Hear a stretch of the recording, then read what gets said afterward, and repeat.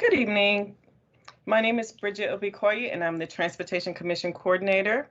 Today is Thursday, July 1st, and we are here at our Transportation Commission meeting, and we are joined virtually. This meeting is being recorded, so please turn off your mics when you are not speaking. Before we start, though, with the agenda items, are there any citizen comments on matters not on the agenda?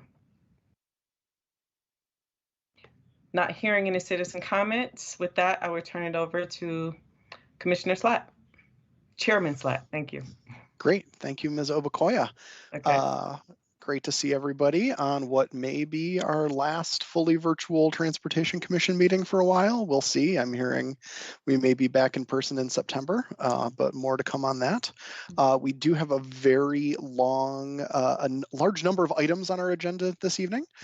So I would just encourage everyone to stay focused tonight to make sure that we can give each agenda item the full discussion and hearing that it warrants without, maybe getting too far into the weeds on stuff that's not maybe as vital and important just because it's earlier in the agenda.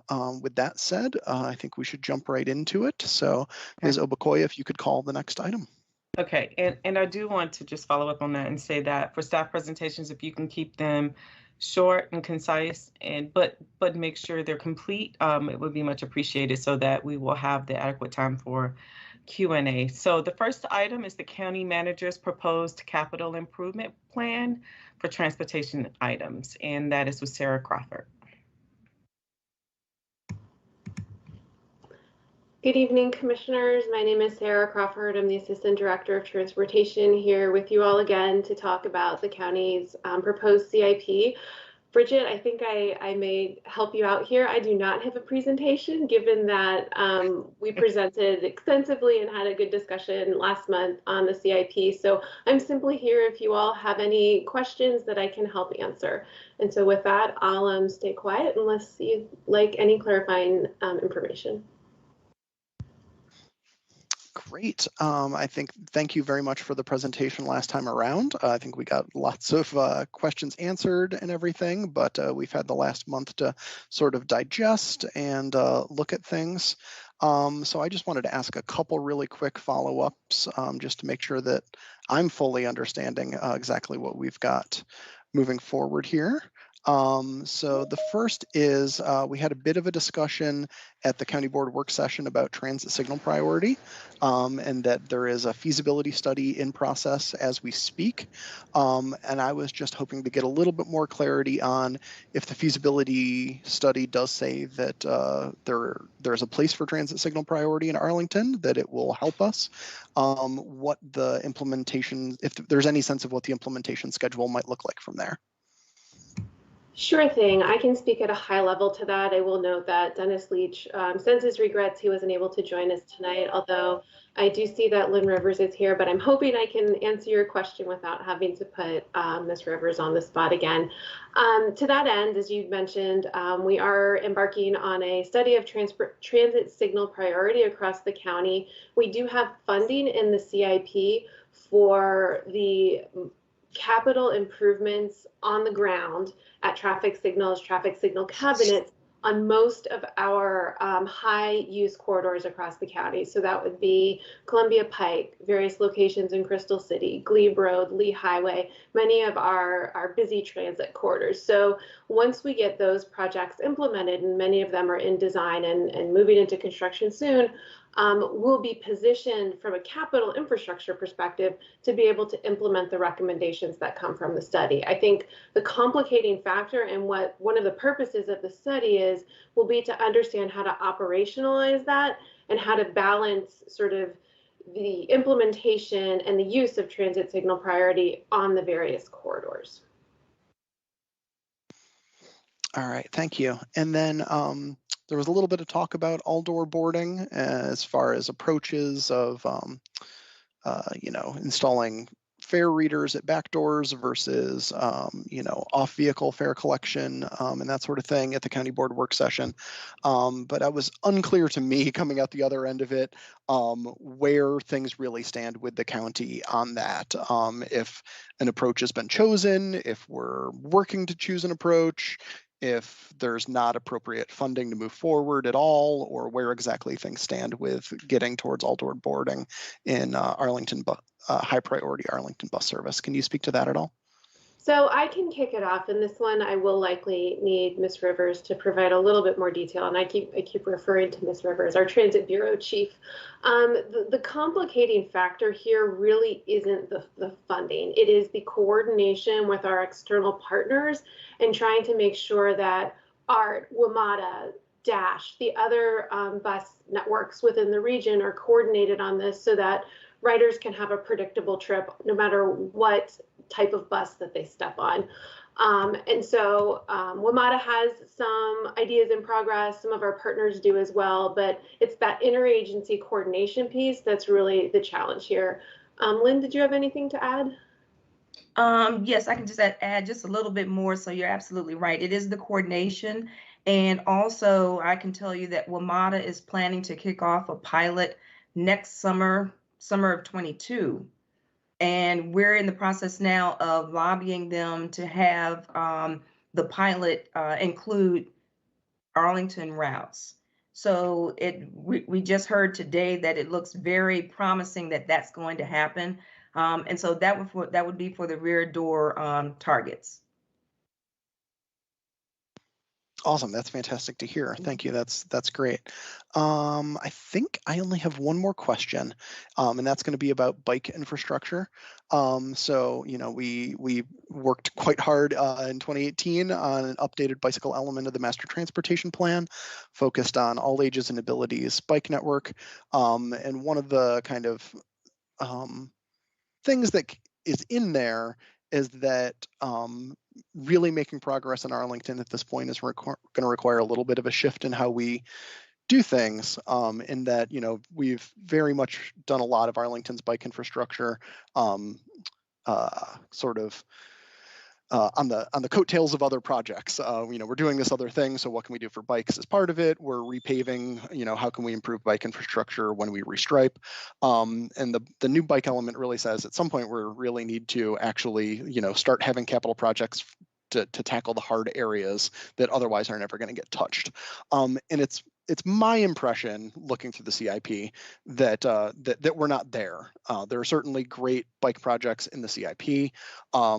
Largely ones that existed or were in the pipeline or in the works prior, many years ago, prior to the CIP. Lots of great stuff happening in Crystal City, but that's been happening since we, passed the Crystal City sector plan in 2010. Would you say that's a fair characterization or no? Thank you for this question. I feel like I could speak to it for 1 minute or 10 minutes, and I'll try to strike that balance because I know you all have a packed agenda. I would say it depends on your perspective. And hearing how you opened the question helps us to understand where you and many members of the community may be in terms of the perception of how we are programming projects. All of our Complete Streets projects look at all modes. That's the goal. It's not that we're just shoehorning in what we can for bike infrastructure. It's trying to look comprehensively at the right of way. But I've heard many of our staff, from our engineers to our planners, to our water sewer street staff, say the low-hanging fruit's gone. Now it's going to get challenging and it's going to get incredibly expensive to really add high-quality bicycle infrastructure on major corridors such as Glebe or other constrained right-of-way corridors, or additional trails or adding trail capacity. So we're at that challenging point, and as you've mentioned, we do have a couple longer-term pipeline projects that are coming forward. Unfortunately, that's the nature of capital planning. We have to, when we have a 10-year CIP, newer projects tend to enter in the back end, and they incrementally make their way forward until the funding is available to begin design and construction.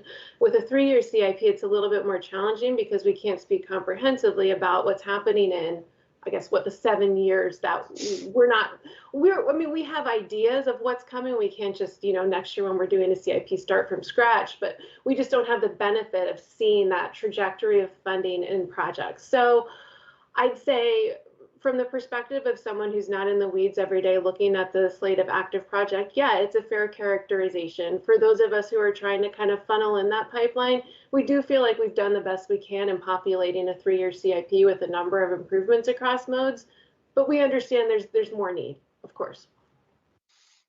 Awesome, great. If any other commissioners have questions at this point or comments, please go ahead and raise your hand, and I will call on you. And in the meantime, I will just say I don't think the motion or recommendation that the commission is probably going to make here in a couple minutes will be in any way surprising, based on what I said at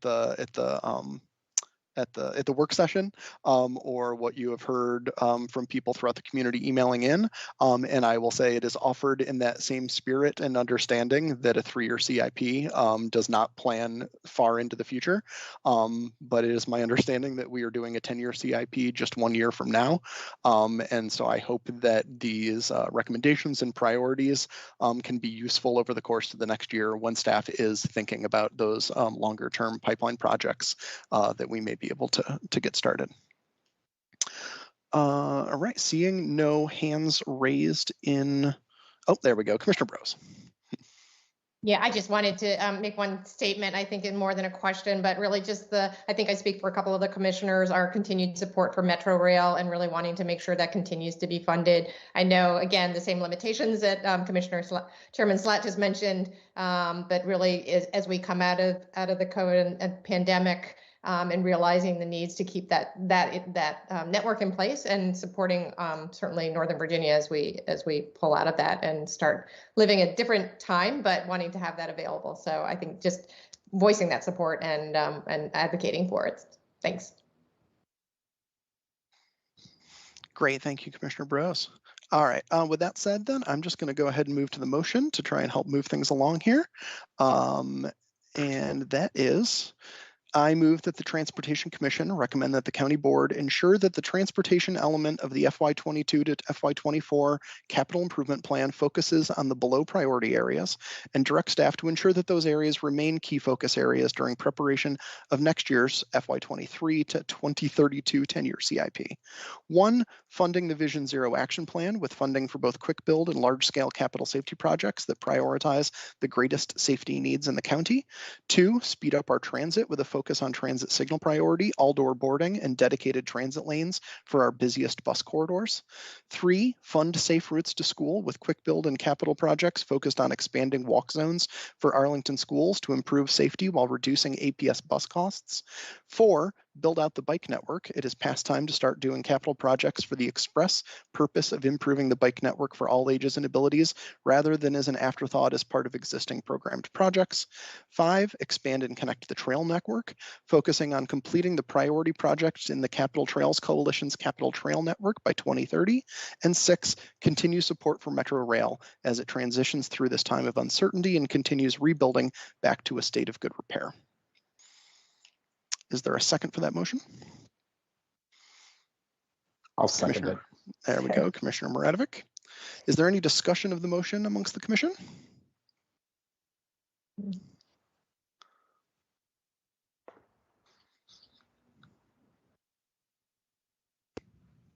All right, hearing none, then I will call the motion. All those in favor of the motion as it was read, and I also distributed that basically to everyone in advance so you could read along and know it was coming. Commissioner Brose. Aye. Did Commissioner Buck make it in here just yet? I don't see him. Commissioner Fessework. Aye. And tell me. Aye. Commissioner Muradovic. Aye. And I don't think I saw Commissioner Price. It's a very long list of people. Nope. Okay. And I also vote, oh, Commissioner Raddick, almost skipped you. Aye. And then I also vote aye. So that's 1, 2, 3, 4, 5, 6 to 0 in favor. That's just enough for quorum. Whew. All right. There you go. Awesome. Thank you very much, Ms. Crawford. You have just been absolutely fantastic through this entire thing. Great presentation, fantastic question answering, an absolute pleasure to work with. It's been great, and I really appreciate it. Thank you very much. We appreciate this feedback. Thank you, Sarah. The next item on the agenda is the Pentagon City Metro Second Elevator Project with Izar Jamond and others.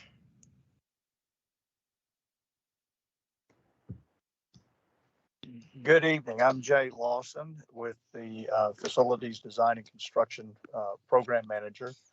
It's been, I think the last time we updated you all on the project was back in 2016. There's been a considerable amount of progress, and I apologize to see my face kind of coming in and out of here.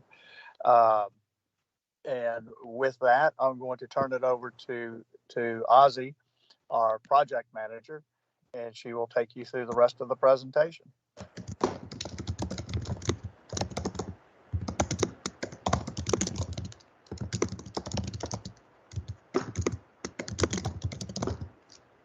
Ozzy, you may be muted.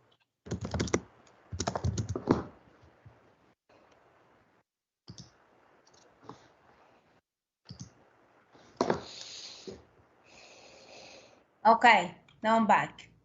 Can you hear me? Yes. Okay, I'm sorry about that. I didn't realize it.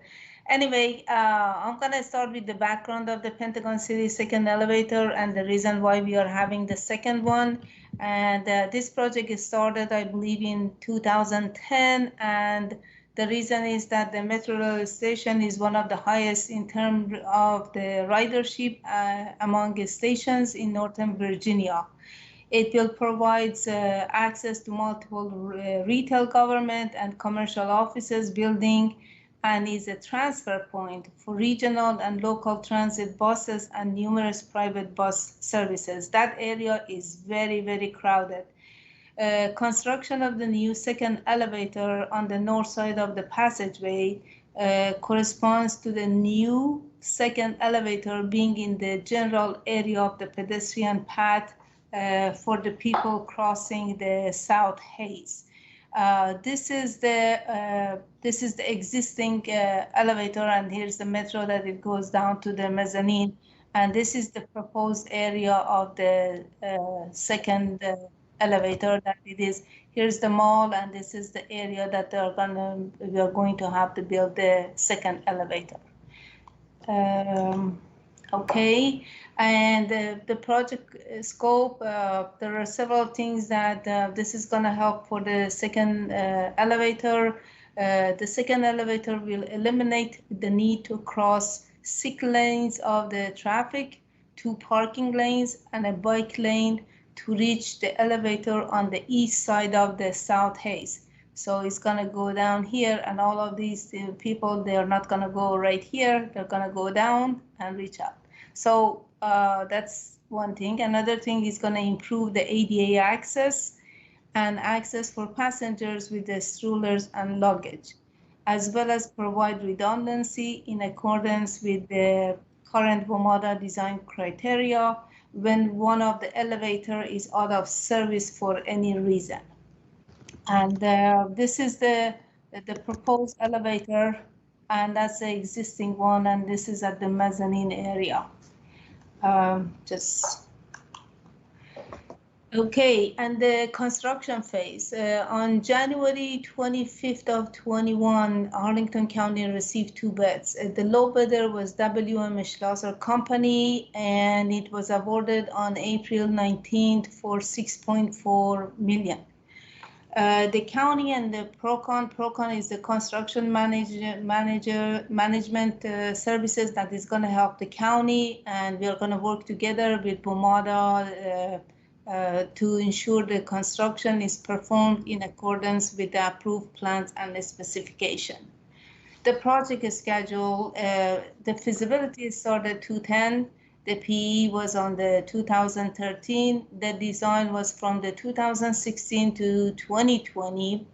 And the notice to proceed was April 29th of 2021. As of right now, we are working on the submittals and the permits for the county and WMATA review and approval. Then the construction is going to start in 2021, winter of 2021, and it's going to go all the way to spring of 2023. The public engagement, the level of engagement, it is informed, and the location of the new elevator was determined by the location of the existing station passageway. particularly in the north and south direction. The outreach method for this project, it has been the project webpage, discussion with adjacent property owners, who is the Simon property. And this elevator that we just showing it here is right in here, and the mall is in the background. So, okay, I think that's about it. Do you have any questions?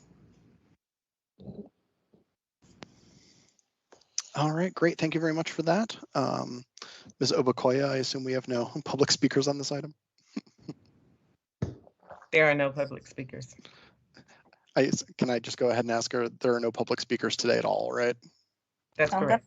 Okie doke. I'm gonna take this right down. Go ahead. Great, thank you. All seems very straightforward to me. I don't think I have any questions. Do any other commissioners have questions on that one? All right, I don't see any hands. Thank you very much. Oh, Commissioner Muradovic at the last second. What you got? Yeah, sorry about that. I'm just wondering what the procedure is for picking these bids. Is it always that we go with the lowest bid available? Yes. So more of a general question. Yeah. Yes. Okay. Yes. All right. We always go with the lowest bid, and they were the lowest bid. Yes. All right. All right. Thank you. I mean, the reason that I asked is very general, and I'm sorry, Chairman Slav, for kind of saying, like, you know, to stay on focused, but I'm kind of diverging now, is that, you know, we've seen a lot of transportation projects. I mean, this is a fairly small one, but where people go with the lowest bid and it ends up costing a lot down the road. But anyway, thank you. Yeah, for clarifying that. You're welcome. Okay. So not hearing any other comments or questions, I'll move on to the next agenda item. It's Crystal City Metro Rail East Entrance Project with Robin McElhaney and Dara Sohm. Hello, commissioners. Thank you for having me tonight. I am Robin McElhaney, and I'm the Transit Capital Program Manager in the Transit Bureau. I'm relatively new to the county, so I wanted to give a little bit of introduction before we get into the presentation. I joined the county about 15 months ago. I had worked with WMATA for many years before I joined the county. Most recently, I was in the planning office as the director of the station planning program. And in that role, I had the opportunity to work with the county for many years on the second entrance project. So it's very near and dear to my heart. So I'm very happy to be here tonight to talk to you about it and let you know where we are. So with that, I'm going to pull up the presentation. Can everyone see this? Yep. Okay, great. So I'm going to skip to the second slide. So I think everyone's if you could get into presentation view, it would be, everything would be, there we go, much bigger. Thank you. Thanks for reminding me. Okay, I think everyone is aware of the project. It's the new entrance location is at the corner of 18th Street and Crystal Drive. And the project includes stairs and elevators, a new mezzanine level, underground mezzanine level, fare gates, and vending machines. You know, the typical station elements that you find in, you know, all underground Metro Rail stations. The project goals is really, there's several significant project goals, and this is in any order of importance that I've listed them here. But one of the key ones is to create this multimodal hub and really have good connectivity between all the transportation modes along Crystal Drive. So it would be the Metro Rail station here, and it would be connectivity to Metro Way, VRE, and the bike and pedestrian connections in this corridor. Another key factor is meeting the accessibility needs of the station. Currently, there's only one elevator between the street and the mezzanine, and Metro's criteria now requires two. And by adding elevators in a even more convenient location than the one that currently exists is a significant improvement to the accessibility of the station. And in addition, as ridership comes back to transit and Metro Rail ridership increases, there will come a time when this entrance is going to be very important in relieving congestion along the platform. We're not there today, but I do anticipate that we'll be there in the future. And this will be an important investment to mitigate any crowding. This is a very detailed project background. I am not going to go over every bullet point. I'm sure you're breathing a sigh of relief about that. But it's kind of broken into different segments. I'd say the first four bullets through 2010 and 2016 really represents the initial planning work for the second entrance. It started when it was part of the segment included in the 2010 sector plan. Metro and WMATA did a detailed station access and second entrance study in 2014. It looked at lots of different alternatives for the second entrance. It looked on the east side of Crystal Drive. It looked on the west side. And it really established the concept that we're continuing to advance today. So, and all of these initiatives in this early part of the planning process had public input, and a lot of that input is influencing how we're approaching the project today. I'd say in the 2018 timeframe, significant activities happened that kind of really took it more to the regional and state level. It was part of NBTA's 6-year capital program, transportation program, and they provided $5 million. That's what's funding the current work today. It also was included as part of the Amazon Headquarters 2 deal with the state. It was one of the transportation projects that was included in the Memorandum of Understanding. There was more detailed planning done in 2019, looking at engineering and constructability and it refined the design concept. Also, around 2019, the project really started getting very real when we got an unsolicited proposal from JBG Smith to design and build the second entrance. That led to a selection advisory committee that reviewed and evaluated the proposal and made a recommendation to the board to accept an interim agreement for the 30% design. And that approval came through last July. And that has set the stage for what we are currently doing. So we issued NTP to JBG Smith last August to advance the 30% design. JBG Smith, of course, has a team of designers and engineers and construction people that are really moving the 30% design forward. In addition to developing design plans, is public involvement that's part of this work, and also environmental documentation.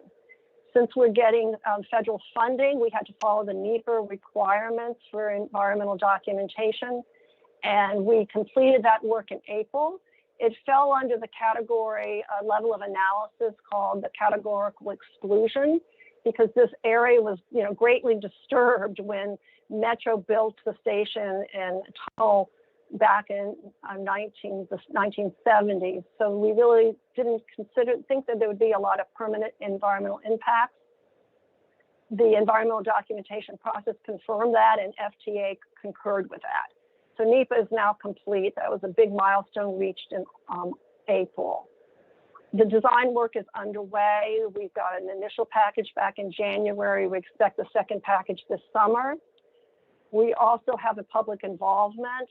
We started that back in the winter with a project video on the website. We had a Q&A session in March. And we have some upcoming events happening next week, a pop-up at the station entrance. And WMATA is having a public hearing on the 13th of July. I'll tell you more about that in a few minutes. And the county is going to have a public meeting this fall. This project is included in the proposed FY22-24 CIP at a funding level of $91.3 million. Now we're going to get into some more of the graphics. So this graphic shows the existing underground station structure that's highlighted in this big rectangle light blue color. And at either end, the more narrow rectangles represent the tunnel alignment. So you can see how this new proposed entrance at the corner of Crystal Drive and 18th Street kind of relates to this underground station. So it's connecting at the east end through existing service rooms. So these red rectangles represent the proposed stair entrance and the proposed elevator entrance. And for orientation, VRE is over here to the right, and of course, Crystal Drive has Metro Way on it. So this view is the street level view. There's a little photograph up here that kind of, is of the corner, so to kind of help orient you. So this new stair entrance is along Crystal Drive. We have a representation of the Metro pylon here, and we have new elevators on 18th Street. These new elevators will ultimately be integrated into a 2-story retail building that JBG Smith is also developing. These projects are on different timelines. The second entrance project will get built first. So the design teams for the second entrance project and the retail building are in close coordination to make sure all the interfaces work. Here's kind of a cutaway of the new mezzanine. This is one level down from the surface. So you can, basically this will be the basement of the retail building. You can look at it in that way, and the basement's going to be built first. What's highlighted in yellow and beige are the new facilities that are being built, and what is in gray are existing facilities that will remain. So here, this is just showing how the stairs and elevators from the surface enter into the station.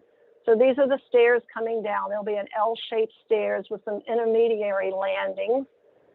And they'll, of course, enter into the free area of the station. And then here are the elevators that will also be in the free area, which is obviously typical of all Metro rail stations.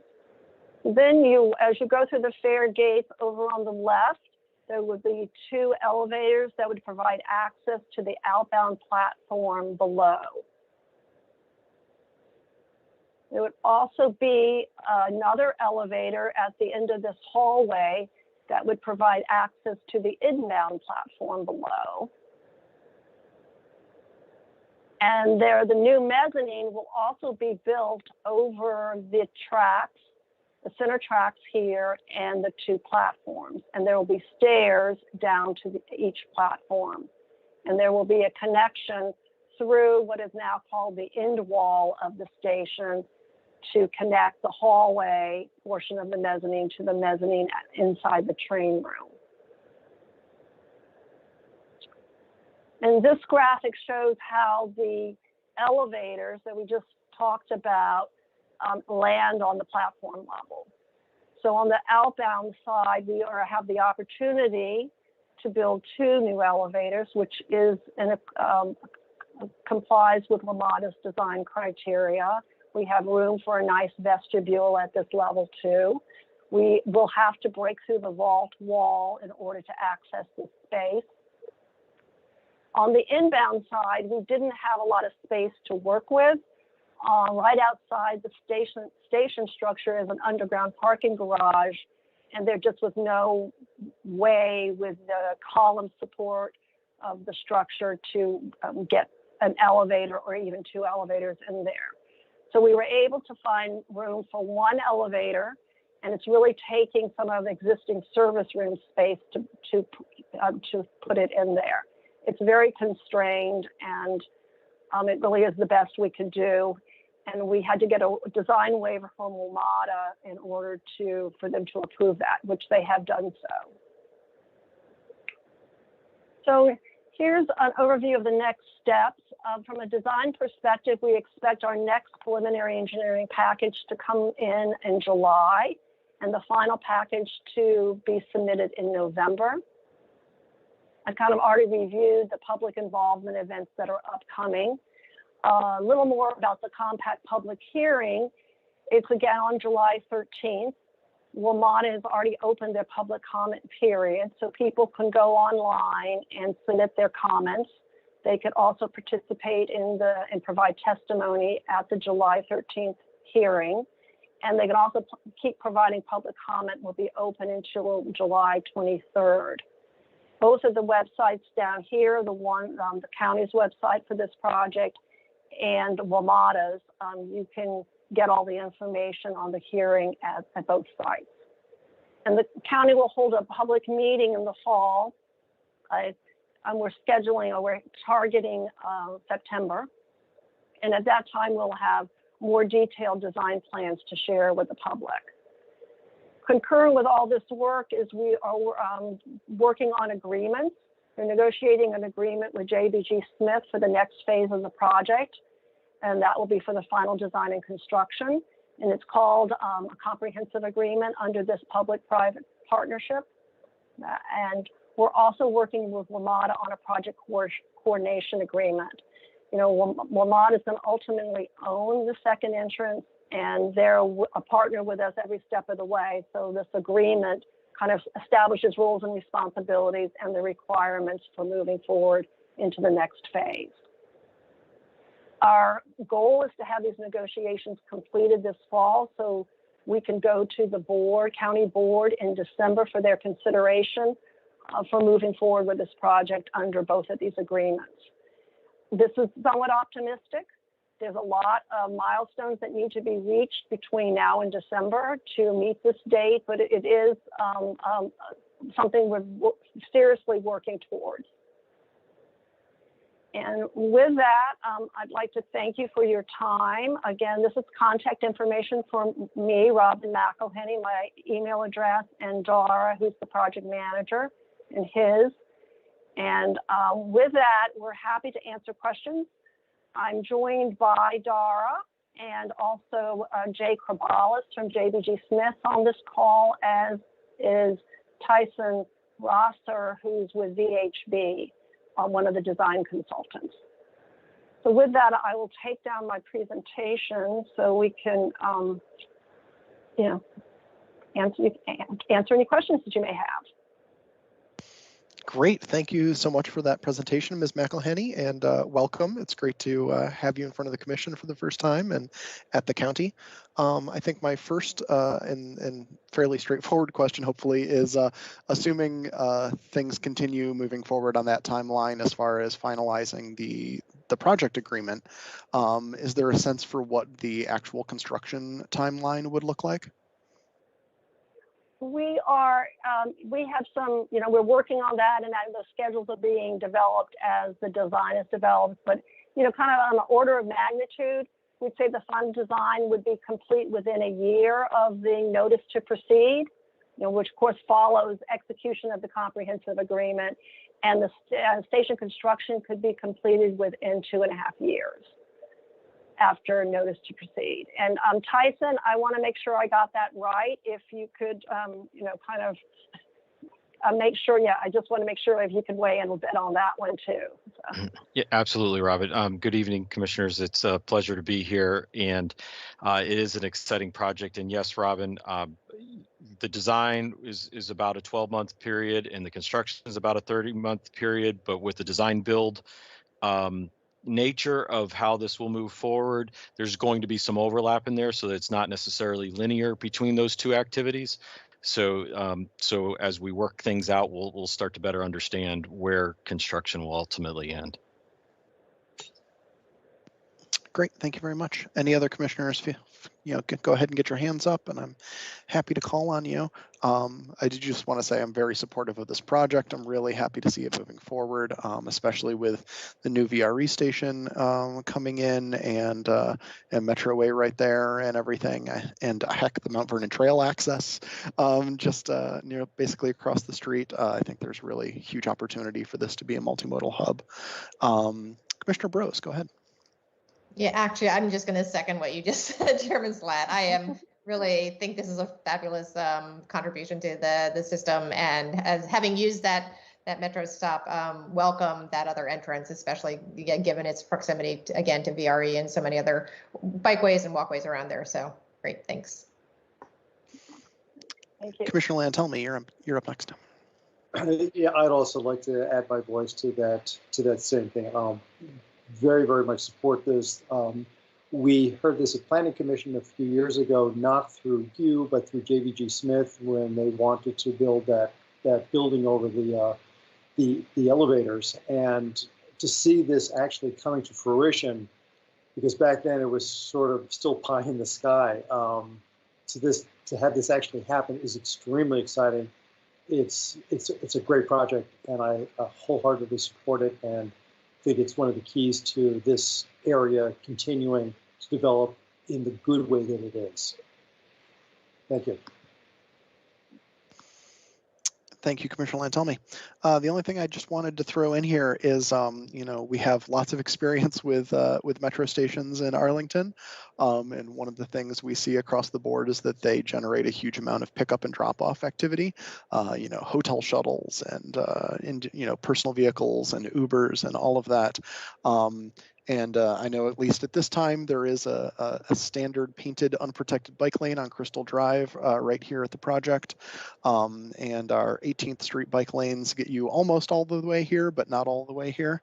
And I just hope that between other county capital projects, I know there's one coming forward on 18th, or potentially as part of this itself, if nothing else gets it done, I hope that we can protect those bike lanes to prevent the pickup and drop off from happening in the bike lanes, so that those can provide connectivity to and from the station, rather than just being a place where people get picked up and dropped off. So I hope that is on your radar with all of the many things that you need to coordinate with different capital projects and other things happening in Crystal City. There's certainly plenty of it happening right now.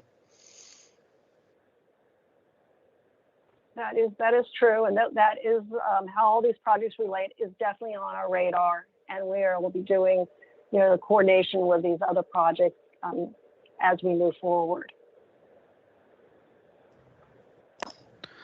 I'm not seeing any other hands from commissioners, so give everybody one last chance, and otherwise I will send you on your merry way with many thanks for presentation. Thank you very much. Thank you, Robin. Appreciate your time. Okay. Have a good evening, everyone. Same to you. Next, we have the Public Art Master Plan update with Elizabeth Carriger and Deidre Elhain, and this is an action item. They are requesting a letter of support for the board action in the fall. And I'll turn it over to you, Elizabeth. Thanks so much, Bridget. Good evening, commissioners. Thank you so much for having us here tonight. I am a project manager with Arlington Public Art, and I'm joined by my colleague Deirdre Allen. And we are going to talk you through some key aspects of the Public Art Master Plan update this evening. And then Deirdre is also going to speak to you about some recently completed or upcoming public art projects that involve transportation. So I'm just going to share my screen, bear with me for a minute, and then I'm going to turn my camera off for to help my Wi-Fi.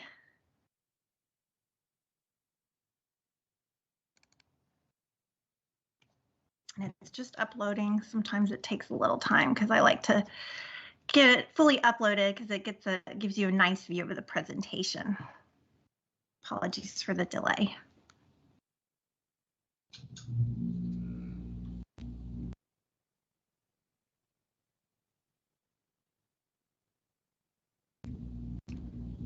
Can everyone see the presentation? Great, thank you so much. So first I'd like to start with a little context. Public art has been part of Arlington's landscape for more than 40 years when the county, a citizen activist and an artist, a developer, and the National Endowment for the Arts joined to create Dark Star Park, a seminal landscape artwork created by Nancy Holt in Roslyn. This image is from the popular Dark Star Park Day shadow alignment, which takes place on August 1st at approximately 9:32 a.m. and attracts large crowds each year. Since the 1970s, the county and private developers have completed more than 100 permanent and temporary artworks in Arlington. Community support and peer recognition have validated the county's investment in public art and the approaches the program has followed. For a bit of fun, the master plan includes an interactive timeline and map of all the projects the program has completed to date. The county's current public art master plan was approved in 2004, so this will be an update. Officially, the master plan is part of Arlington's comprehensive plan, which guides the coordinated development of the county. Technically, the public art master plan is a sub-element of the public spaces master plan, which was recently updated. That means our plan will be consulted as future planning efforts are undertaken and as the county makes investments in facilities and infrastructure and developers propose site plan projects. The plan also relates to Enriching Lives, Arlington Arts and Culture Strategy, the Arts Commission's strategic plan recently adopted by the board. We made sure that the vision and values of the public art plan are consistent with Enriching Lives. Finally, our plan will be supported by the public art policy, program guidelines, and a brand new implementation guide that will outline how the priorities of the public art master plan can be translated into actions through partnerships with county agencies and other collaborators. Let's start with why we prepared this update and what we hope to accomplish. It's now been more than 17 years since the county's first public art plan was approved. This update was initiated to make sure the program is taking into consideration the changes in the context that have occurred since then, and to reground the program in the values around which it was organized in the first place. We seek to reflect new opportunities and practices, as well as changing county policies and priorities, which include equity, sustainability, housing affordability, and transit-oriented development. Regarding our vision, Arlington's public art program is noteworthy among programs in the field because of our early and unwavering commitment to this chief idea. The program brings curatorial thinking to how public spaces and public facilities are designed and activated. It's a big idea that places the program squarely within the fundamental conversations, supporting the development of Arlington's public realm, and puts us in constant dialogue with other county departments, private developers, and partnership organizations. These guiding principles are somewhat of a checklist for how the program develops projects and interacts with other county agencies, as well as with developers. They emphasize collaboration and integration with county planning and development processes. They also stress that outcomes should not only be aesthetic, they should make a meaningful difference in how people experience and relate to public spaces. One of these is the program's ability to encourage developers to contribute to pooled funds. These support county-initiated public art projects by assembling public and private resources to fund planned, curated, and impactful experiences. This last principle, make public art accessible, engaging, and enriching, is new and represents one of the ways the plan reflects Arlington's current discussions about equity by stressing the importance of public art as a tool for people in accessing the broader cultural and economic benefits of the community. The plan update outlines our 4 program areas. 2 of these, public art and civic design and developer projects, have been the traditional backbone of Arlington's public art program. Newer directions include special projects, which means creative collaborations with other county agencies or community partners on projects such as artist in residencies, community-initiated projects, whether stemming from individual artists or community groups, are another category we seek to encourage. This diversity of approaches has allowed Arlington's public art program to make use of resources in an entrepreneurial and creative way. The update also calls out audience engagement as a separate category because it helps to think of it this way. One of the things that our research showed is that the Arlington community isn't really aware of the breadth of the county's public art resources. It's important not only to commission new work, but find ways to keep existing artworks fresh in people's minds. A good example of this is when the Rosalind Bid commissioned a performance by artist J.J. McCracken that paid homage to Dark Star Park. Another example is a series of walking tours we did in collaboration with Walk Arlington. The county has emphasized the integration of public art into buildings, infrastructure, streetscapes, and other public spaces and capital projects with the vision of transforming the design of Arlington's public realm. Following this vision, the program has been able to propose visionary, large-scale projects that involve artists in the conceptualization of infrastructure at the urban design scale. To continue to build on the county's success in this area, the plan recommends monitoring future county planning efforts to identify potential public art opportunities at the earliest stages, work with lead planners on applying recommendations and priorities in the PAMP to county plans, and introduce citizens involved in planning efforts to the role that public art can play in achieving county planning visions. Consider public art opportunities in new capital projects at the earliest stage. Clarify how the standard public art commissioning process relates to the standard development process for county facilities. Engage program staff and the Public Art Committee with the PRFRC where appropriate, and diversify artist participation in civic commissions by encouraging artistic collaborations and targeted assistantships. The program has had a track record of success with integrating public art into transportation infrastructure projects in collaboration with DES Transportation. A prime example can be seen here with Arlington Boulevard by artist Vicky Scurry, which includes lighting, metalwork, and custom designed concrete panels integrated into the design of bridges and retaining walls at the interchanges of US 50 Courthouse Road and 10th Street.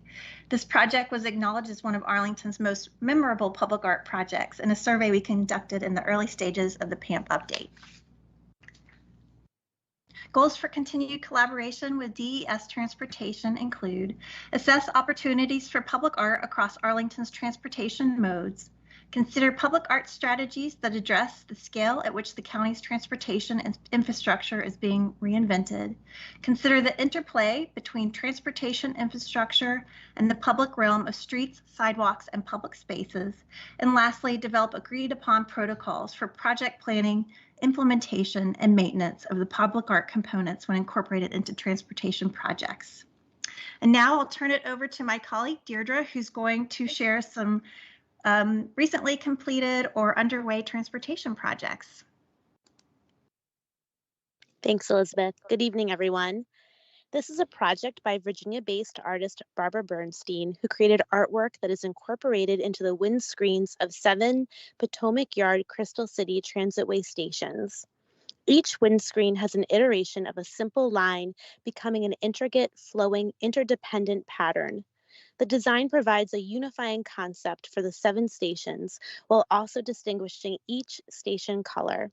Overall, the public art contributes comfort, sustained visual engagement, and legibility.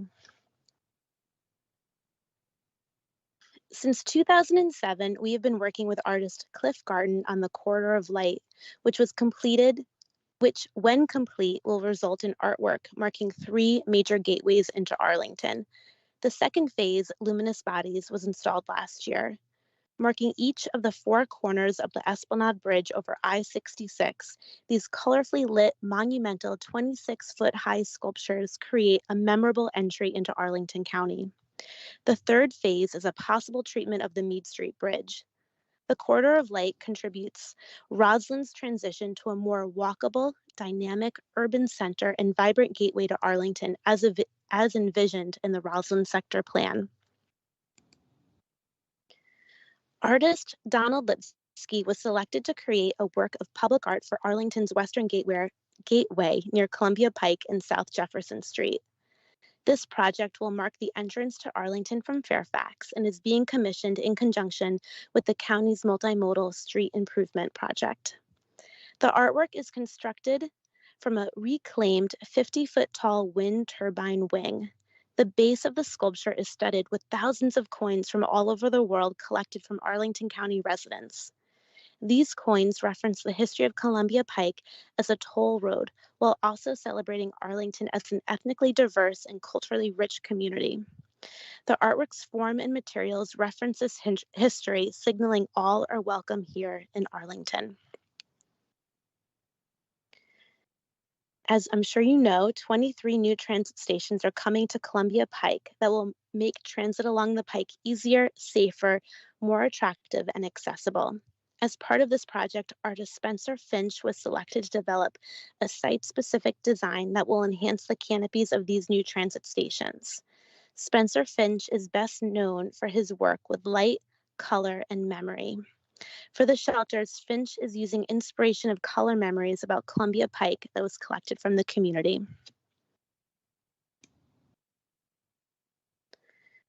Public Art has been working closely with DES and Urban Design and Research to incorporate a public artist through the design build bidding process for the West Glebe Road Bridge.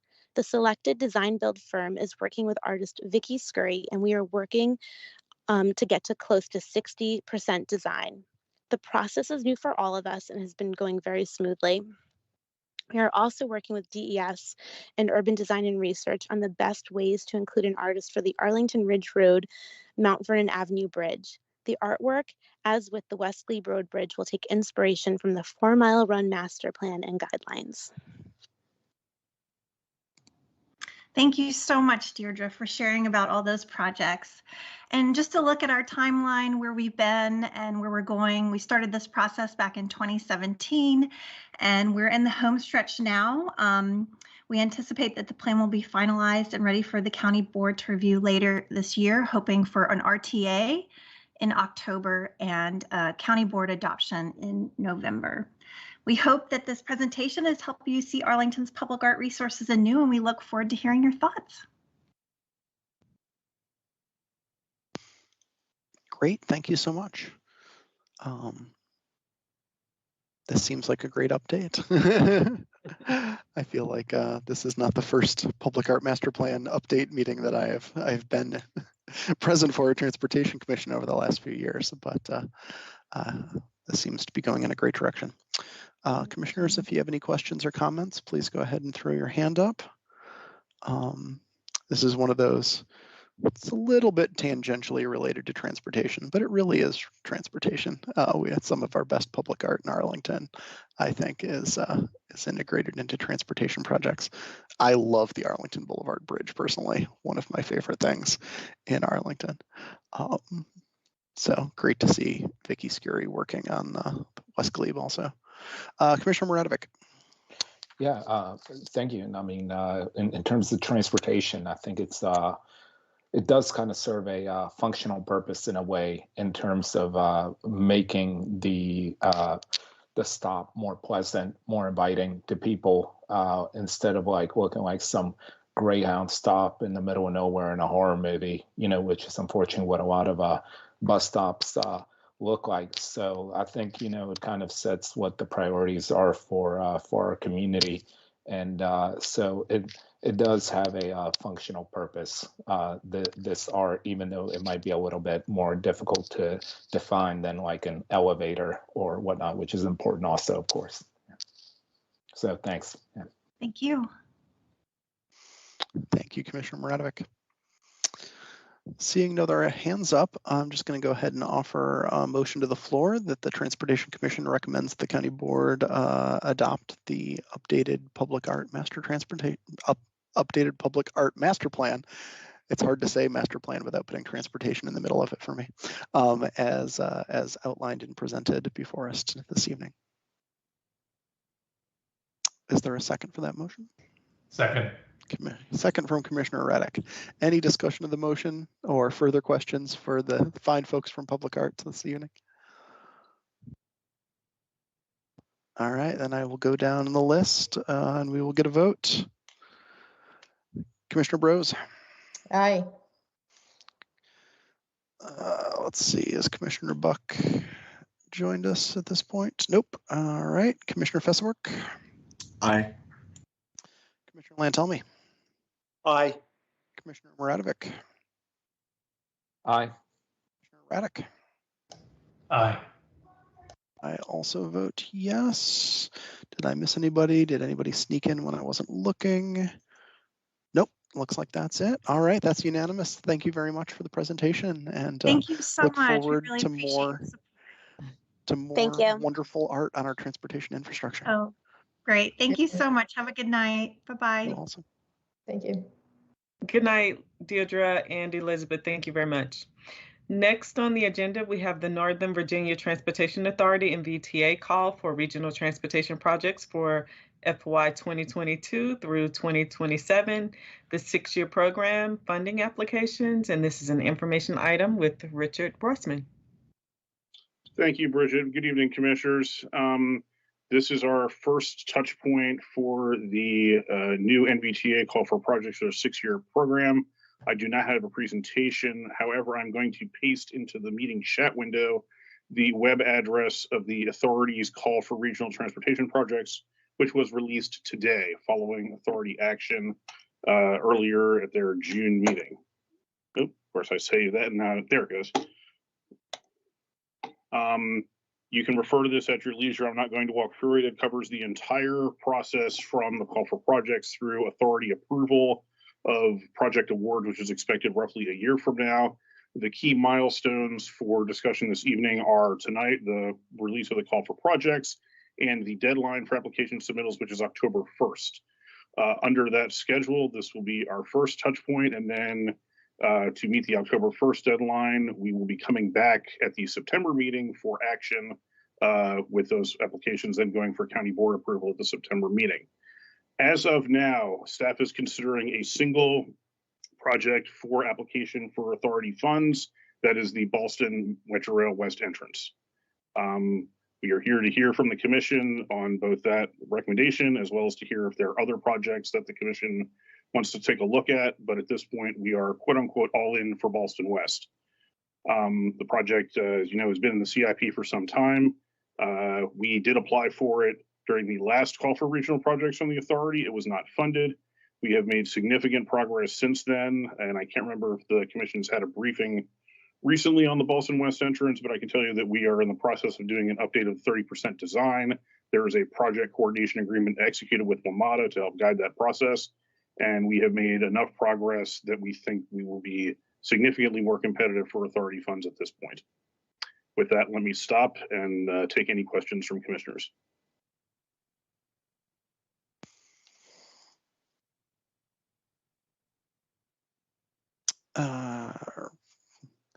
There we go. Sorry, I lost my participants list when I was looking at the chat. It's like, wait, is anyone raising their hand? I don't see any hands at this point, but feel free, folks, if you get a question to pop it up. I will say Ballston is not my favorite project in the whole wide world, but I think this is an appropriate way to fund it, and I think staff is correct that it will be quite successful in this round of round of project funding. Let me also add, because I neglected to do it in my introductory remarks, that staff has not yet decided on what the funding level request will be to the authority. Understood. All right, seeing no hands for questions, if anyone else would like to make a comment, please feel free. I feel like this agenda item can't be staff asking me what I think about about this project going forward for funding. And particularly since there are a number of commissioners absent this evening for whatever reason, within the next week, if there are other things that have not been mentioned or things that that the commission wants staff to consider, please convey those to Ms. Obakoya and she will relay them to me, just as we typically do with these initial check-ins as information items for major grant applications. So absolutely. Great. And Commissioner Raddick has thrown his hand up here, possibly with a question or a comment. Mr. Roisman, is Ballston fully funded, or is this was this replace funds that the county would give, or are we just hoping we will get the rest of the funds? Is that the idea? It is not fully funded. In the 3-year CIP, the cost of the project is approximately $130 million. There is $26.7 million in current funding on the project. So there's quite a gap to fill. Again, we have not determined the size of our request to the authority, but it will be significant. Okay, thank you. All right, seeing no other hands, I think we've said what we've said, which is that the commission has no particular issue with moving forward with Ballston. And if suddenly someone thinks of an amazingly worthy project that they think you should be considering, we will reach out over the course of the next couple of weeks. Great. Otherwise, we will see the commission again in September with an application for request for action and a dollar amount of our request to the authority. Sounds great. Thank you, Mr. Reisman. Thank you. Thank you, Richard. All right, next up on the agenda is the Capital Rail Vision with Jay Corbelis and Joe McAndrew. Hey, you guys. Take it away. Good evening. Thank you. And appreciate you having us. My name is Jay Corbelis. I'm with JBG Smith.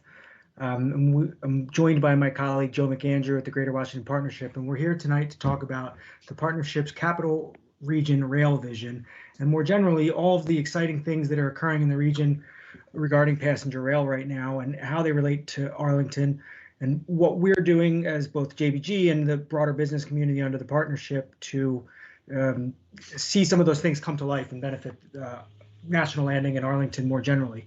So I'm sure you're all familiar with the work that the Commonwealth has been doing, the Transforming Rail in Virginia initiative to, among other things, build a fourth track through the rail corridor, to build a new bridge over the Potomac, to extend Virginia Railway Express service to all-day service, including weekends, bi-directional service, which would be a big step up for service to National Landing, as well as the establishment of an Amtrak station in National Landing. That hasn't been finalized, but that is being discussed right now and actively planned for. And finally, the proposed bridge to DCA connecting to that station would open up some additional opportunities. One thing to mention, shown on the screen here, is the idea of running Maryland train MARC commuter trains across the bridge to Northern Virginia, including National Landing. It's one of the key priorities of the rail vision that Joe will talk about. Just one thing to note for Arlington and National Landing in particular, the map shown here, it's a little hard to see, but the point is that in orange are areas of the region that would be within a 1-hour commute of National Landing if MARC trains ran through to National Landing. It's about 765,000 people, which is an astounding number if you're an employer or someone looking to attract the region's top talent to this area. It really is a game changer. So I just want to highlight that as one of the many benefits of this broader, really kind of once in a generation expansion of passenger rail in the region, the benefits that are specifically accrued to Arlington and to National Landing as we seek to build a truly transit-oriented neighborhood. I will stop and turn it over to Joe, who is really leading this effort in many ways on behalf of the business community and the partnership, to tell us how they're doing that, and then ultimately share with the commission, seek the commission's support for, implementing some of the things that Joe and his group are working to promote. So Joe, take it away. Thank you. Definitely, Jay. Thank you. And thank you to the commission for hosting us tonight. I'll be brief. So the partnership is a civic alliance of some of the leading employers. We're fortunate to have Matt Kelly on the board from JBG Smith and many others stretching from Baltimore to Richmond. And when we came together in 2016, they really wanted to tackle regional challenges that are, straddle borders and boundaries that require kind of big visionary looks and commitment that spans political cycles. And so, when we're looking at that super regional lens, there's roadways. Many of the roads are largely built out, but our rail system is not yet up to snuff. Our region's rail system is superior to many throughout the country, though. If you look at other peer regions throughout the U.S., most of them would be very envious to have a VRE or a MARC or Amtrak running through it.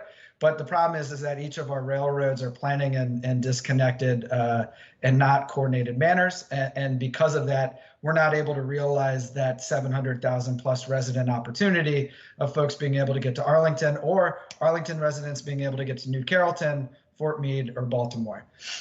We've had a long history in this region of talking about run-through service going back decades.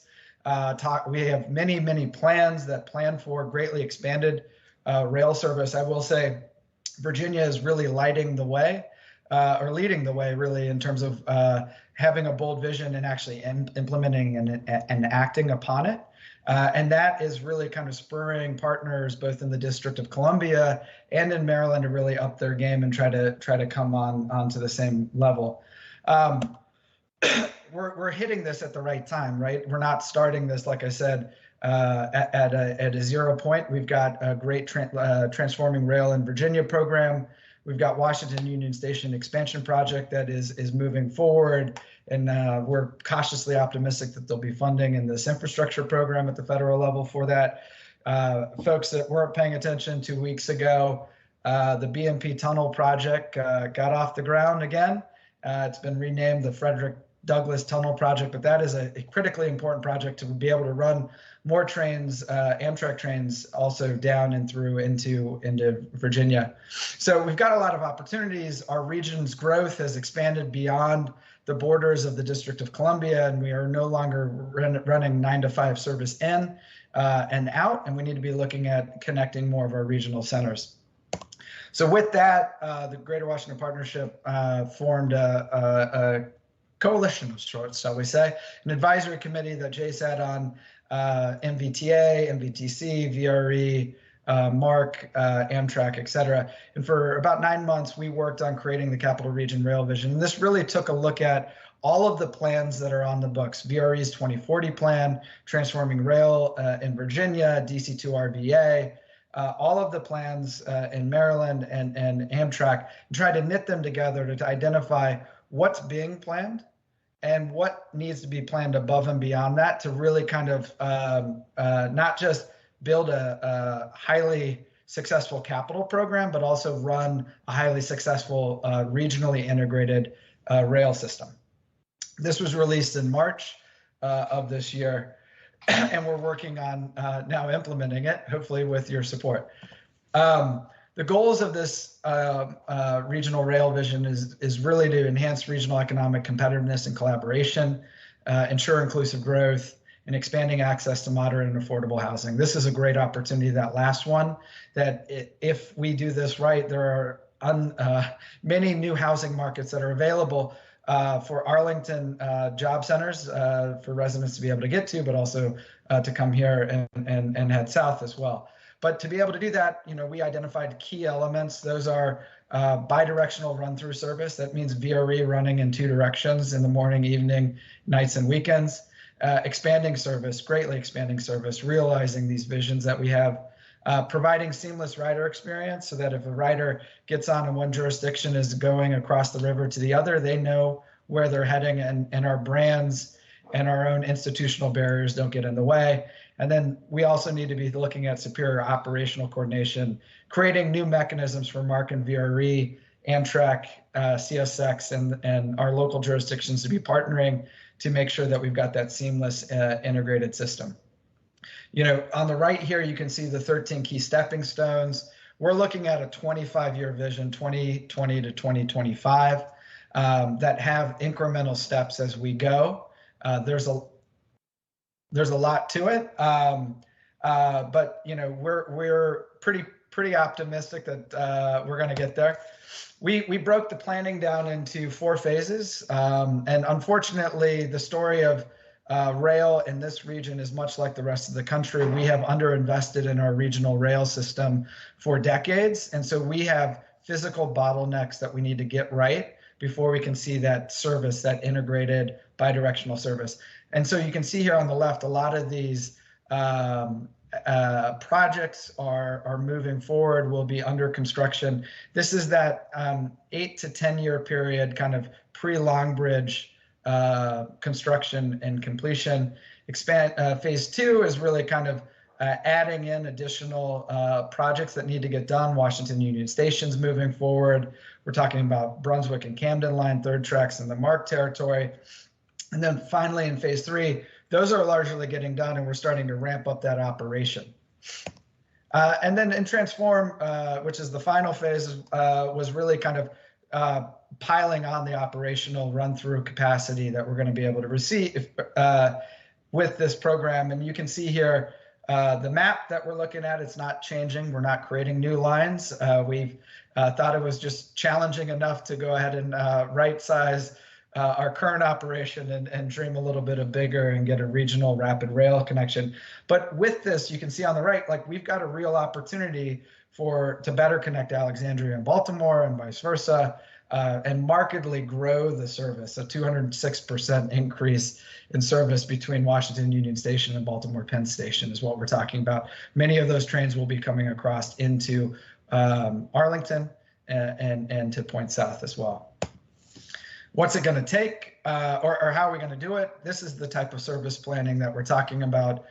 All-day service plans, peak frequencies, some off-peak frequencies, and we're also going to be running in the nights and the weekends. We've identified a core service area and a more exurban outside the core, where we would be trying to turn trains around for operational efficiencies and ultimately serving the demand.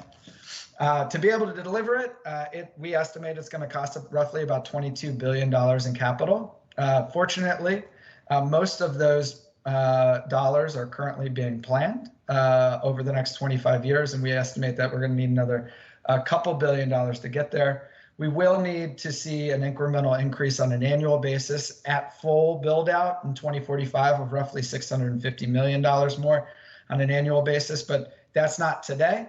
That's 25 years from now. But it also nets us out some great economic benefits. We expect, an order of magnitude, almost 2 to 1, and this is a highly conservative estimate, $40 billion GDP economic output from the capital, and an ongoing economic output from the operating side of $1.3 billion annually. It also will greatly enhance our inclusive growth and ability to access moderate and affordable housing. These rail lines today serve a lot of affordable housing, and low-income and diverse populations live adjacent or near our rail systems. And so by making investments in the service to expand and improve upon it, we're going to ultimately better connect people to jobs and opportunity. Just building and assuming that money will show up isn't going to ultimately deliver the vision. We've got 6 identified items that we need to see new levels of commitment and collaboration across the region to be able to get there. First, I'm just going to breeze through these real quick. We need enhanced regional coordination and collaboration. Right now, Mark and VRE do talk, as do the Amtrak, but it's oftentimes on a project-specific basis. And even where projects where they may have shared interests, they're not necessarily collaborating. Washington Union Station is just one example, but it generally is coming together on a project, and it's not ongoing. It's not standardization of planning, operation, capital. We're trying to create that table. Ideally, that will be done sometime soon. There is a conversation actively going between the states on that front. From there, you can then build towards shared planning, project development, and procurement strategies, because while that tunnel investment might not feel like it's a big deal to Arlington in Baltimore, it is, just like Long Bridge is a big deal to Maryland. And so figuring out how to share and allocate it and think about these investments in the system is going to be important. We need to be looking at integrated fare mobility policies. Chair Slatt, you were talking about this earlier in terms of off-board fare payment. It's all integrated. We got to be thinking about that as well. We need to be thinking about a harmonized run-through brand of sorts. How do we get there? What is it like? And how does that's about that user experience, funding and financing. There's a lot of solutions in there. And most importantly, we've got almost 100 rail stations that are in existence today. Many of them are outside of our urban core. Those outside of our urban core, which are most, are under-realized for economic productivity and transit-oriented development. There's a reason for that. They haven't had great service. Ideally, as we move to expand service and provide more rapid, frequent service all day, hours of the day, there can be marginal transit-oriented development that can grow. And so we need to be thinking about that today. And we know that COG is doing that, and this is a priority for them this year, which is positive as well. So we think it's an immense opportunity. We think that Virginia is doing great work. We think Maryland's doing great work, but what we're trying to do is knit it together and make sure that we're all rowing in the same direction, because ideally, these incremental investments, while huge, are going to serve us all and not necessarily just serve one jurisdictional interest at the expense of the greater good. When we did this work, I will say none of this can be done by any one entity. Transportation requires a village, a commitment by stakeholders over many years to be able to get there. You can see on the left the advisory committee members that helped us deliver this plan. We've got a good secretary of the DOT that's heard about the plan, is excited about it, and we had a great project team that helped us out. In close, we think that there's two opportunities for Arlington and the commission that we'd like to pitch to you. You know, first and foremost, MVTA and MVTC are great, as is VRE and DRPT. You know, we think, and we're encouraged by Director Mitchell at DRPT, want to continue, and Secretary Valentine, to continue to look at expanding service across the Potomac. We would encourage you guys to encourage MVTC and MVTA to support, endorse, and implement the Capital Region Rail Vision. And most importantly, I think really kind of leaning into that run-through concept, because that's really important for both trains coming this way and trains going that way. And then secondly, you know, support connecting CC2 DCA's intermodal connector is really important in terms of expanding the number of riders ultimately that are going to be using the train station in National Landing. So with that, I will pause. In the appendix, if you guys are at all interested on who the Greater Washington Partnership, there are a few slides there, but I will stop sharing my screen. Thank you. Thank you, Jeff. Great, thank you so much, and welcome to the commission. I think this is the first time having you around. It's really great to have you here, Mr. McAndrew.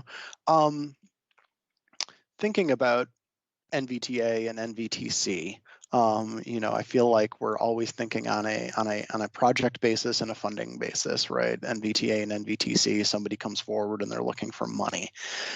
In trying to get this regional rail vision moving and making progress in Northern Virginia, can you talk about like who would be the project sponsors, right? Who would be coming to NVTA and NVTC and saying like, we need money for upgrading this train station, or we need money for you know, changing all of these stations to enable run through with Maryland or that sort of thing? Can you speak to how what that implementation might even look like?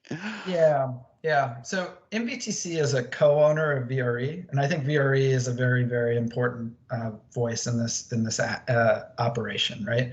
And Arlington is a key voice in many of the regional conversations. So I think if Arlington and, you know, we will be making presentations to other counties in Northern Virginia as well. But if the counties are bought into the concept that this is a good idea and they message that through these regional bodies, that then ultimately carries through to votes at VRE, which gets us to operations. It also gets us to thinking about, you know, what those investments look like, especially MVTC does have money. But MVTA's capital program, which you guys received a presentation on before, that's significant money. And looking at it differently and thinking about that shared investment is really important. And so that to me, and I'll maybe open it up to Jay too. He's gotten before those bodies more than myself. But I think, you know, Arlington has a big role to play as a regional leader in this, and a big beneficiary if this can get done. And so I think, you know, my recommendation is those bodies and your leaders that go to those bodies play a significant role in terms of driving a regional narrative and hopefully supporting the regional vision. Agreed. Great. Yeah, that's interesting to think of VRE as the potential vehicle here. That's definitely, I think, going to require some change in thinking at VRE. I've never felt like they were trying to do much more than they're already doing. They have a newfound mission to do a lot at this moment in time within Virginia, which, you know, kudos, and you guys at the county and others have really stepped up to meet that. But I think you're right. I think it's not just VRE, it's MTA too. On the other side of the river, we're asking for them to break the mold and think differently about their operations that they've never had to think about, really, you know. Can you talk in any more detail? And I know I have no idea where your tech expertise lies in this this very niche transportation field. But can you talk a bit more about what the barriers really are to run through service? I know there are like station height issues, and I have no idea if rolling stock issues, or if anyone is talking about electrification in the future or anything like that. Yeah, so the biggest, I mean, to be completely, and I'm know enough to be dangerous. So I'm in no way, shape, or form a railroader. I'm just a railroad fan. I am led to believe that MARC trains, the diesel locomotives, and their train set could run over into Virginia today. Naturally, they would have to do some, regulatory PTC, positive train control work. The train personnel would need to be trained to run on the territory, but the rolling stock in the MARC fleet could run into Virginia today. The question becomes, will they? Is there capacity largely on Long Bridge? Right now, we're led to believe that there's 1 to 2 slots that could be available. Those are largely spoken for by Virginia for an Amtrak train or a VRE train, and so they would have to give a slot potentially before Long Bridge were to come on board, the expanded Long Bridge were to come on board. I think there's also a challenge of just track capacity and track outage. If Washington Union Station moves before, say, Long Bridge is complete, there's a challenge with track outage and trains having to get down and across. There's a lot of challenges there that we have to work on. But what I would say is it's very possible. I think the challenge that we have faced is that this region is largely focused on a project level basis, or at times a corridor basis. And we're trying to get us out of that into a systems level. And that's not going to happen unless MARC, VRE, Amtrak, CSX, DC DOT, and VPRA come together on a regular basis. It could be quarterly, but they need to be coming together with a focus on how to make this actually happen. So if I could just add to that, to tout on the question of feasibility of through running, one of the things that Joe and his team were successful in last year is to get a bill passed in Maryland requiring the state transportation entity to negotiate with VRE on long-term through running, many of the things Joe described, but also pursue a pilot that would implement at least 1 train over the MARC train over the river in the near term. Because as Joe said, it is feasible to do.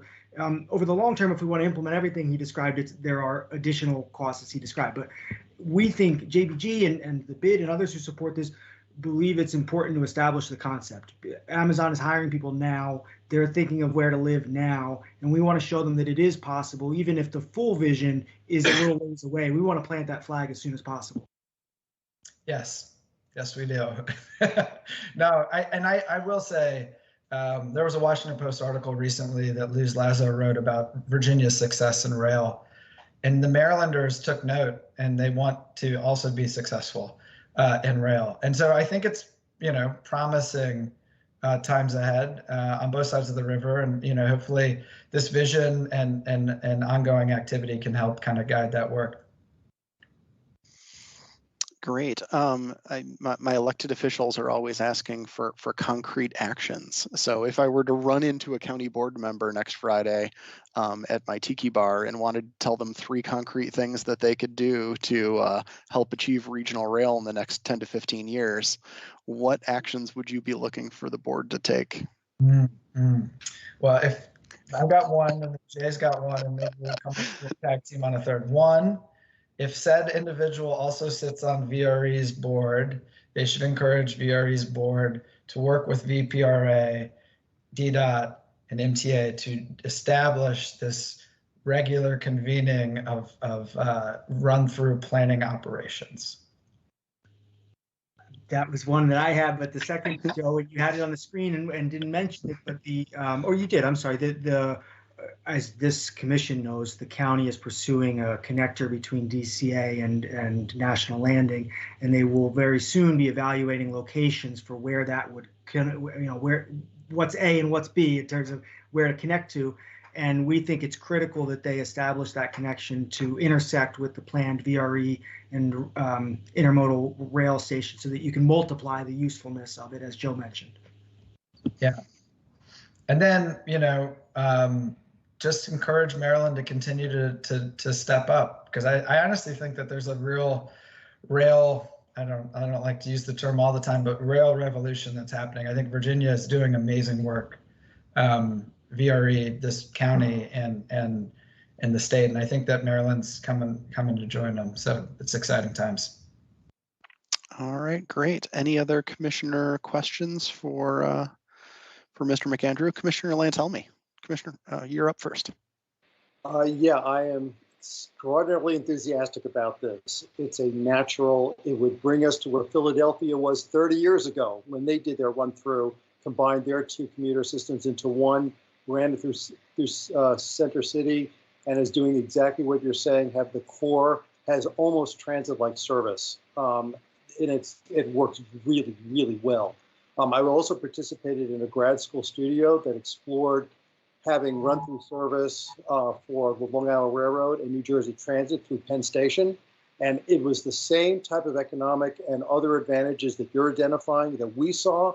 And it's a way heavier lift in New York than it is here. But we found that the advantages of it to all the jurisdictions involved really were quite remarkable. And technically, it would be a heavier lift than what you're proposing, but it could technically be done. It's more political will, legal things, and the like.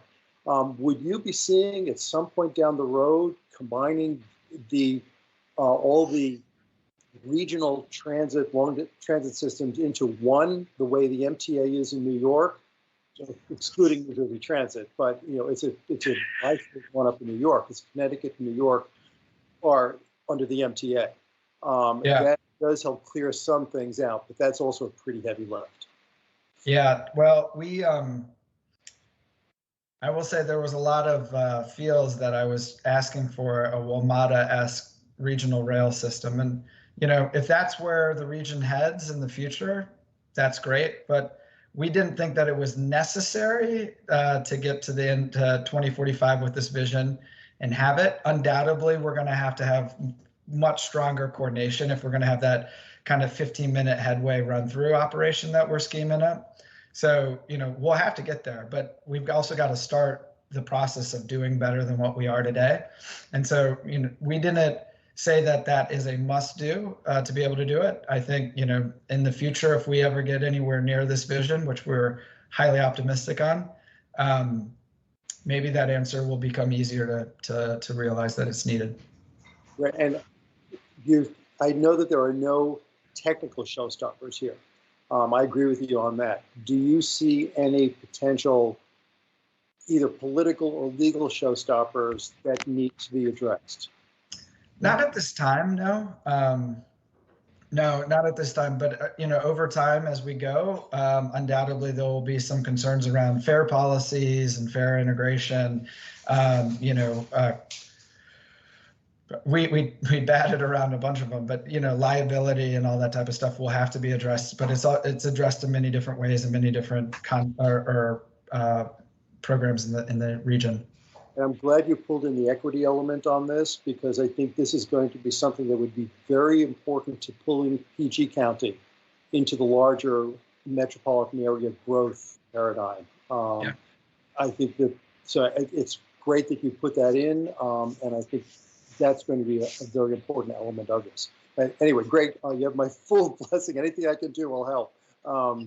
Thanks a lot. Thank you. Commissioner Raddick, you're up next. Thank you. I just want to briefly say this is fantastic, and I've been following this for the last few years that you guys have been putting out, and of course your bus plan as well is fantastic. But on this point, you mentioned the short term, maybe getting a slot or two on Long Bridge, and I know we're at least at the mercy of, was it CSX who owns the bridge right now, that and maybe they're a little stingy or whatever, but I've walked that Long Bridge Esplanade, however many times, and it's not exactly the LaGuardia runway situation. So I don't quite understand where is it truly like is no more than 1 or 2 slots, or like how it just what I see on the ground is not what I hear from you and others? Yeah, well, I mean, it's all a negotiation, right? At the end of the day, and Virginia did strike a deal with CSX recently for Longbridge, and so there will be slots that come available in the next 2 years as well, a couple of years actually. So it's the question of whether or not Maryland wants to run trains across, and there needs to be an active conversation to get there. But I will say that the General Assembly of Maryland wants to run trains across the bridge soon. So political will is necessary, and I think that there's a turning tide. Well, please keep it up. Thank you. Commissioner Muradovic. Yeah, thank you.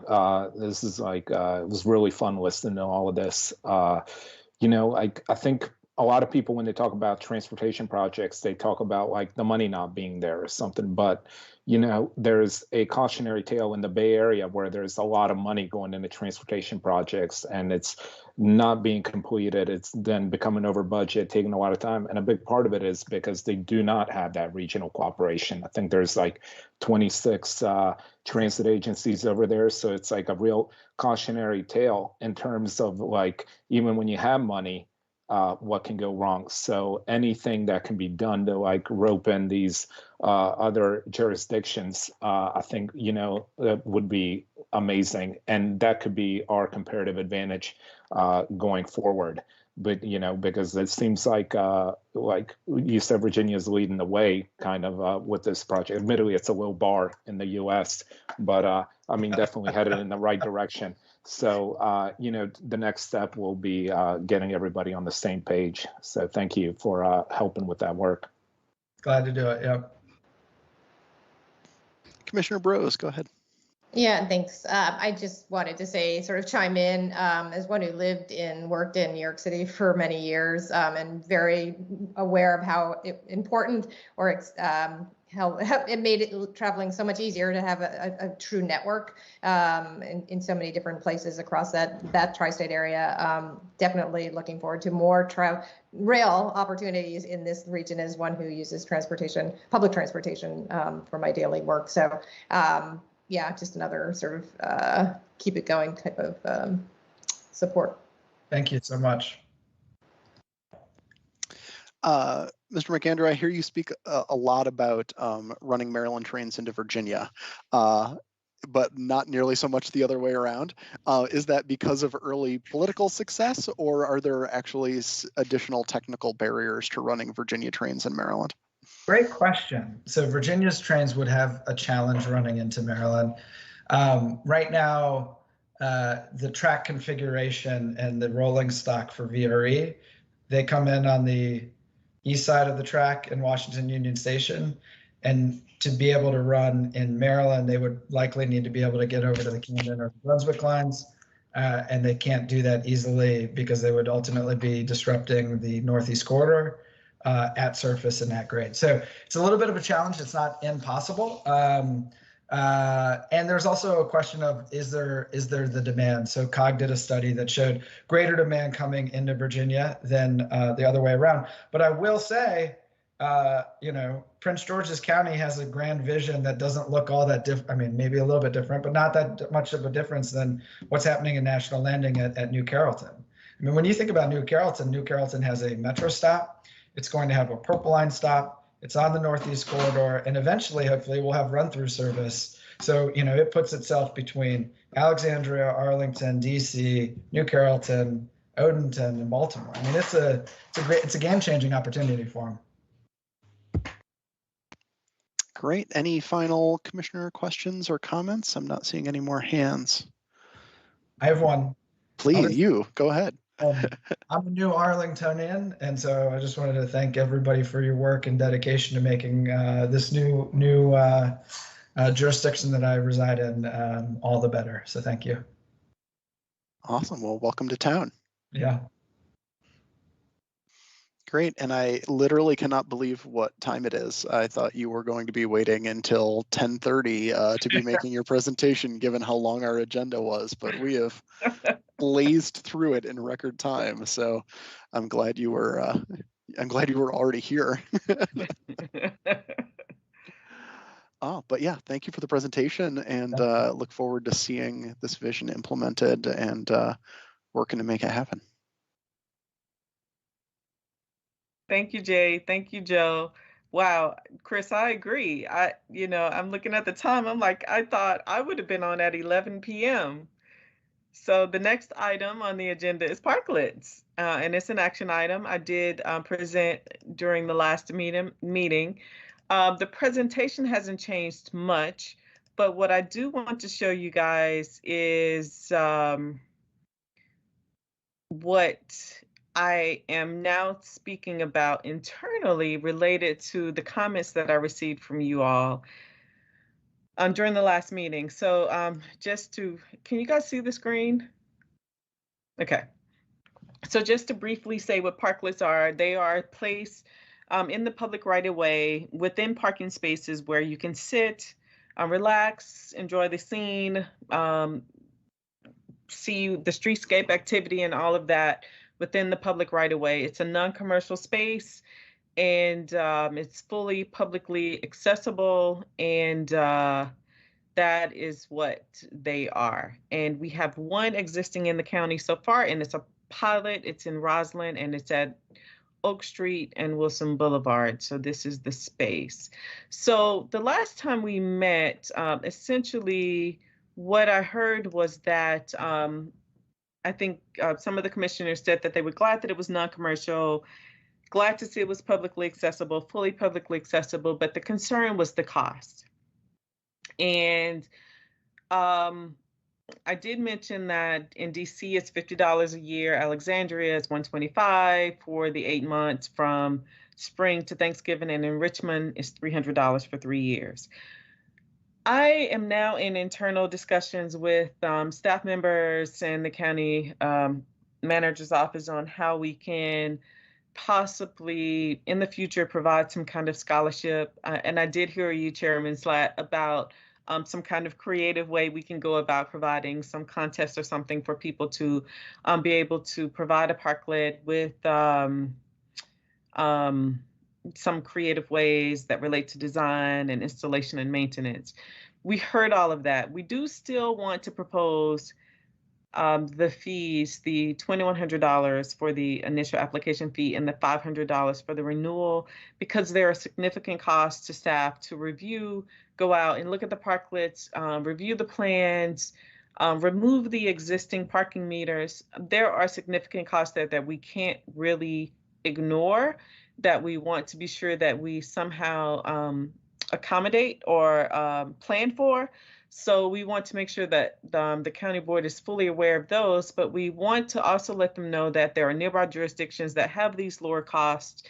And if there's any way they can provide lower costs to our residents or to establishments here in the county, somehow I will emphasize that point, emphasize the need for some kind of scholarship program while keeping to our original proposed annual application fee. So with that, that's all I have left to present on this.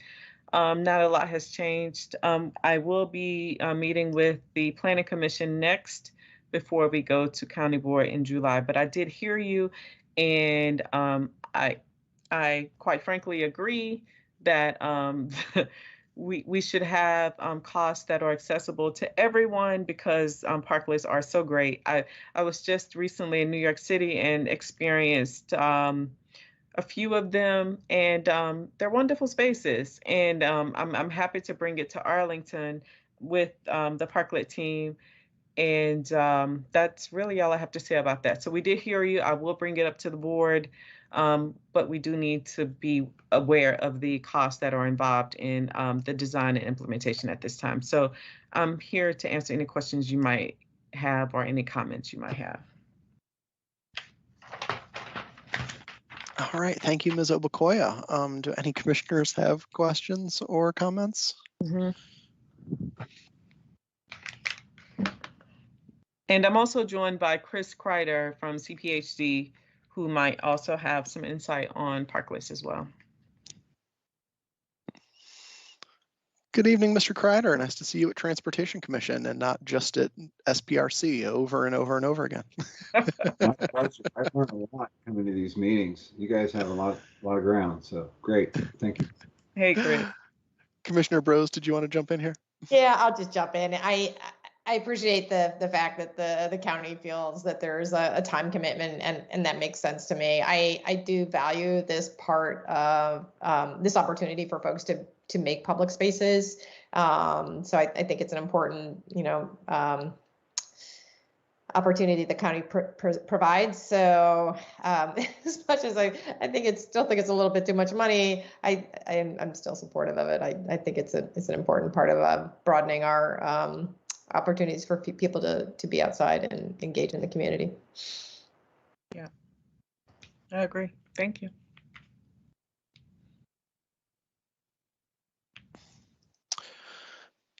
Yeah, I'm trying to workshop a motion over here, so that's why I'm a little bit distracted. Chris, did you have something you wanted to say? I know I was really quick in my presentation, and we've talked so much, you and I, about parklets and the cost and things like that. You might have something to add, Chris? No, I think it's really a challenge to sort of think about this in terms of the scale, right? We really don't think there'll be dozens of these, right? So it is important to sort of think, let's get one or two going. If we could get a couple of these a year.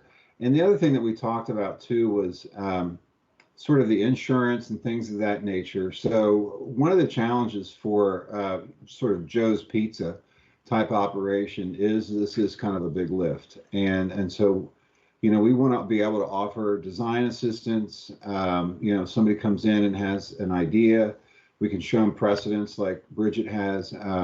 So we want to help as much as we can because we do want this to be successful, and we're looking for opportunities. So we're very much encouraging the Transportation Commission to support it, but also emphasize in your support sort of how you think it should happen, because it's not they're not that common yet, and we do want to promote them. So if as you deliberate, think about ways that we can make these easier. And Bridget's done an incredible job actually sort of bringing us back to that point that this is not rocket science.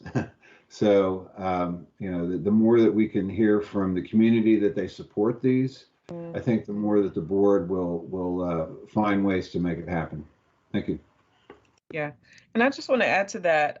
I remember working with the Roslyn bid, and the sheer amount of hours we worked together on how we can make it work safely, and how it could be done creatively in the space that it's now in. And it was exciting. I want to see more of them. So we're really trying everything we can to make it happen. So we're here for consultations, as Chris said, ways we can help collaborate with artists and other people who want to come in to do it. We just need to make sure that it's something that we have the funding to do. So that's really the issue.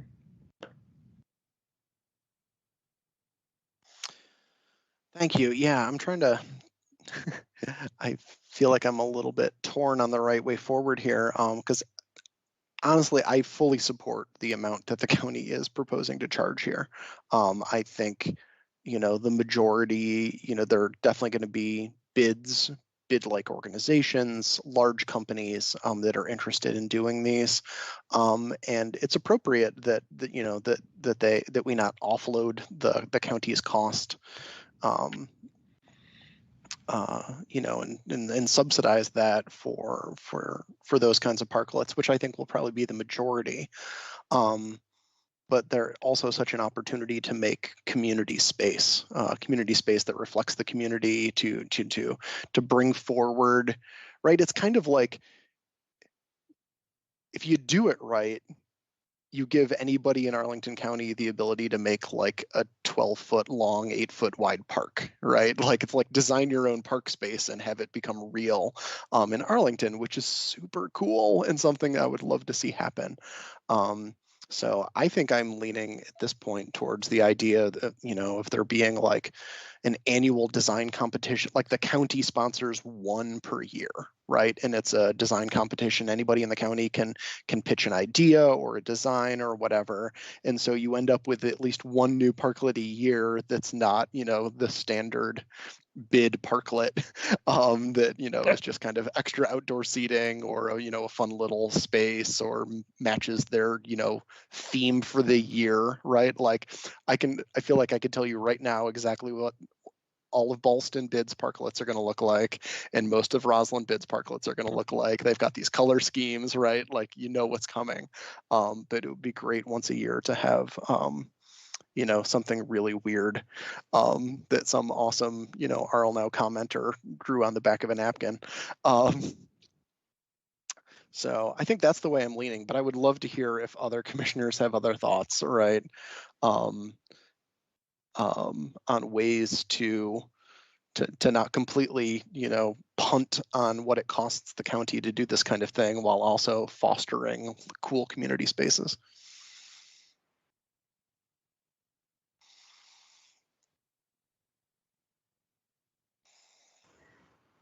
I'll just speak to the whole idea of a competition because there's a lot of talented people, and I think that's a great idea. We did something like that in the previous town that I worked in. We designed a book garden next to the library, and it was a competition between various departments. So I think that's an interesting possibility, and then having that sponsored. There are other ways to raise those funds too. So if it's a Washington Liberty, art class that designs it, is there a corporate sponsor as opposed to the county? So there are perhaps other ways to generate some funding, but I think those are some pretty interesting ideas. Yeah. And we actually, for Parking Day, had a competition where students came in and created these wonderful Parking Day spaces, which, is not a full parklet, but it's still a creative idea. So if we can even do that, and somehow, I think there's a great idea too. I just want to, just piggyback on that. I think it's a great idea. So I'll probably we could add it to the Design Arlington Awards program too, which we'll hold every 2 years. So we can start to recognize urban design achievements as well as architecture. Okay. Commissioner Raddick, you've got your hand up. Yeah, perhaps $2,100 for the bid or Amazon is not that difficult to swallow, but perhaps you could maybe keep that total, but instead of it being an initial fee or a one-time fee, it'd be 10 payments of whatever. I don't want to do the math, it's late, but for that way, maybe a smaller business they could swallow $100 a month or something like that. Or they could even ask their patrons to feed the meter on the parklet. I don't know, something like that to keep up the parking theme, but that was just one idea I had. Something else interesting to note is that it's not just the cost of the application, but, parklets themselves cost quite a bit. The design and then the installation and the maintenance also are significant costs. So those are other things we need to think about too. Yeah, and that's one way that the $2,100 fee is kind of a useful gateway almost too, is it kind of makes sure that somebody who doesn't have the funds to properly construct it and doesn't have the funds to properly maintain it doesn't try and get in the game in the first place. Yeah. Which it makes me sad, but is an unfortunate reality of the space. Yeah. Any other final thoughts from the commission before we move to a motion? All right. Well, you've Ms. Obukoya and Mr. Kreider, you've had the benefit of hearing the whole conversation, but I will put a little bit into the motion just so that it makes its way easily into the board letter. I recommend that I move that the Transportation Commission recommend that the county board adopt the parklets ordinance as outlined in our draft board report, and furthermore that the Transportation Commission recommends that county staff continue to work to find a mechanism for funding a few parklets per year that will be true community spaces and prevent parklets from being solely the realm of bid-like organizations and large companies. Possible options could include an annual design competition that would result in one new county-sponsored parklet per year based on a design or idea sourced from the broader community. Is there a second to that motion? I'll second that. Second. All right. Is there further discussion of that motion? Which I am going to save before I accidentally close this notepad and lose it. All right, hearing no conversation, I will go to the vote. Commissioner Brose. Aye. Commissioner Fessework. Aye. Commissioner Lantelmi. Aye. Commissioner Muradovic. Aye. Commissioner Raddick. Aye. And I also will vote yes. And that should wrap that agenda item. Wow. This must be record time for us. It's 8:55. Okay, it's all good. So now we can move on to other business, and we have a letter from Margarita Brose related to the neighborhood streets, Complete Streets Commission. Yeah, thank you, Ms. Obakaya. To my fellow commissioners, I forwarded a note to you. I sit on the Neighborhood Complete Streets Commission, representing you all.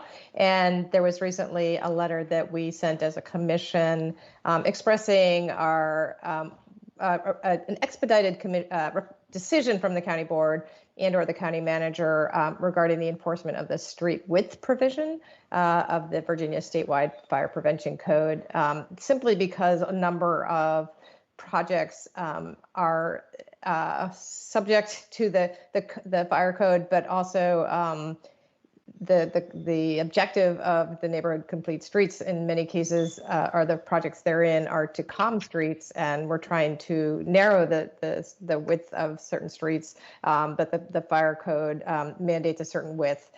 There is a provision in the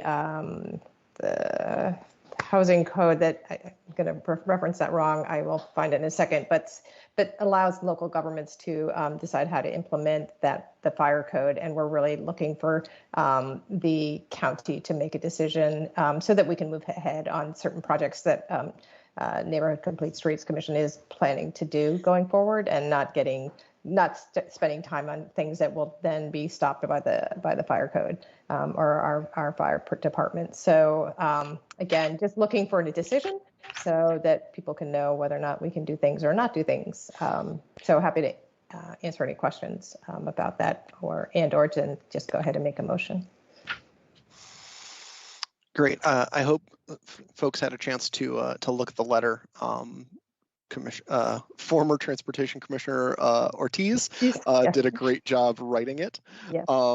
And it makes a really excellent point, right? That a lot of the Neighborhood Complete Streets projects that are on the list to get done in the future, pretty much all require building sidewalks.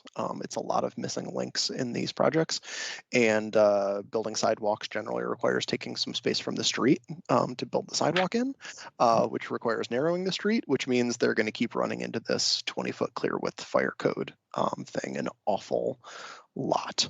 And I've been looking into this issue for other reasons for a couple months now. So I definitely have some more to say on it, but I've said an awful lot this meeting, so I'm jumping to other commissioners first. So Commissioner Raddick, please go ahead. I agree with the letter. I think I read it. It's great. When we're talking about the sorry, that's my emergency alert. I guess we're going to get flooded. When we're talking about clear width, does that include? Is that I know what in front of a building? I don't know if it's the apron that the fire trucks have to be in a park. Does that include that discussion, or is that actually a separate fire code thing? I believe actually that's a separate thing where you have entry and exit pieces. Yeah, if you read through the actual fire code, it's specific around that. Yeah, it's not related to the street. I'm I'm gonna get mine. Sorry. But that fire truck access is also pretty onerous too, and I know I've heard Commissioner Buck talk about that before. So, but I support that definitely this clear width. I mean, we all know our streets in Arlington are almost all of them are yield streets, so this is a tough thing to manage. Yeah, thank you. Commissioner Mrnjavec? Yeah, I had a question. Well, not so much in terms of the letter. I mean, it was pretty straightforward. It's just asking for, some clarification and some consistency from the board. But when you said that they can kind of determine what the regulations are, localities, so this isn't like a Dillon rule thing, or the Arlington County Board decide that 14 feet is what we want to have in terms of a cleared width? Yeah. I'm going to say what I know just from the letter, which is, it is the option of the local governments, and our county attorney has been addressing it. So I think, again, to your point, it's a pretty, can you guys just make a decision letter? And we, certainly want to make a, I won't say a legal decision, but a thought through and rational decision, and that the county should make that. It's just been taking a long time, and the Neighborhood Complete Streets Commission has had a lot of roadblocks in its way along the way in its short life, and we're just looking to clear out some of those so we can actually do some good for the county. Great. Commissioner Lantelmi?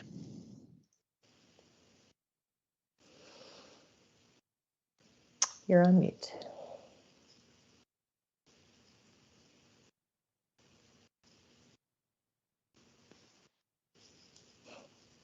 Commissioner Lantelmi, if you're speaking, you're on mute. But if your house is any, there you go. Make this quick because we're all under a tornado warning right now. Okay. Seriously, so I'm going to run to my basement. But I absolutely support this. This has been a hobby horse of mine for a while. That we have to build our streets to fit the fire trucks rather than have the fire trucks fit our streets. So I'm absolutely in support of this letter, and I agree with it. This is just craziness, the way we're running things now. The fire code needs to accept and deal with realities. I'd like to know what the data is about, whether the yield streets actually really do slow time and has interfered with our ability to have our equipment get to houses when they need it. So anyway, thanks. I'm heading downstairs. Okay. All right. I am going to send some more information around on this via email individually. But I'm just going to say, is there unanimous consent to endorsing the Neighborhood Complete Streets letter? Does anyone object to endorsing the Neighborhood Complete Streets letter? I think hearing no objection, that passes. Everybody be safe.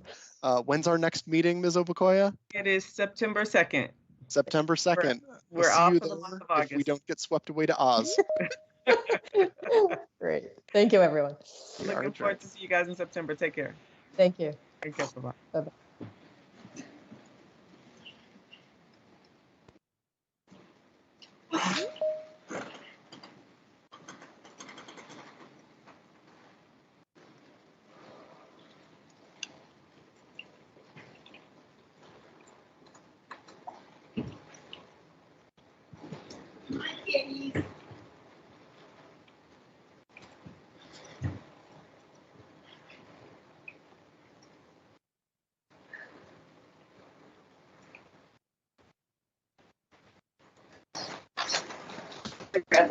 Okay.